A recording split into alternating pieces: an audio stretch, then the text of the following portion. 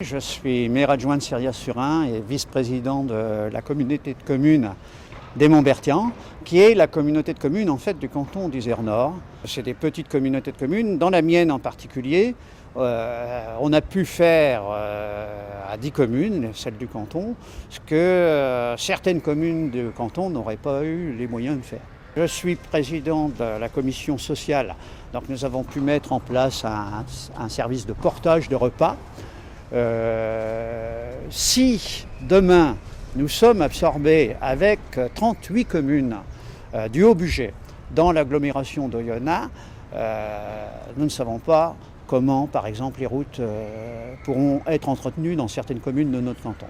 D'autre part, dans l'autre partie du Bugey, dans le Bas-Bugey, le préfet veut regrouper 57 communes.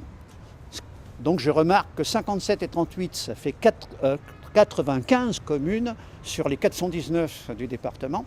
Si le Bugey subit ça, les autres communes du département peuvent s'inquiéter. On risque de se retrouver avec 8 communautés de communes dans un avenir plus ou moins proche, au lieu des 37 communautés de communes actuelles. Donc c'est la proximité qui disparaît et aussi le fait que le citoyen de base, dans sa commune, est au contact direct de l'élu local qui est sous son contrôle.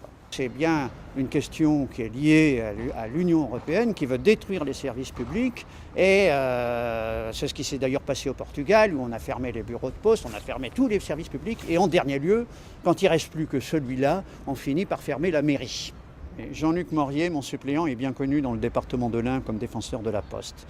Et il y a à peu près un an, beaucoup de bureaux de poste devaient avoir des amputations d'horaires catastrophiques. Et il a fait une première réunion avec la municipalité de Treffort, à Treffort, où sont venus de très nombreux élus, en particulier le président du conseil général et sénateur Rachel Mazemire. Il y a eu une deuxième réunion après à Villars et finalement, il s'avère que ces amputations ont pu être bloquées dans l'unité de la population et des élus.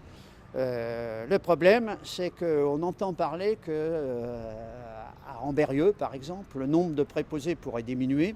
C'est-à-dire que l'offensive est bloquée en milieu rural, mais apparemment, elle va se poursuivre en milieu urbain. Et là encore, nous avons voté à Ciriat-sur-Ain une délibération il y a quelques années, et 10 communes de l'Ain l'ont voté, dont 5 de mon canton, demandant que soit mise à l'ordre du jour de l'Assemblée nationale un projet de loi qui dirait que la directive postale européenne, on s'en a franchi, et est rétabli le monopole de la Poste, et que tous les services publics postaux soient renationalisés. Donc c'est le mandat que nous demandons aux électeurs, sur le plan local, défendre bureau par bureau, mais sur le plan national, s'attaquer à la cause de ça, qui est que la Poste est devenue une société anonyme.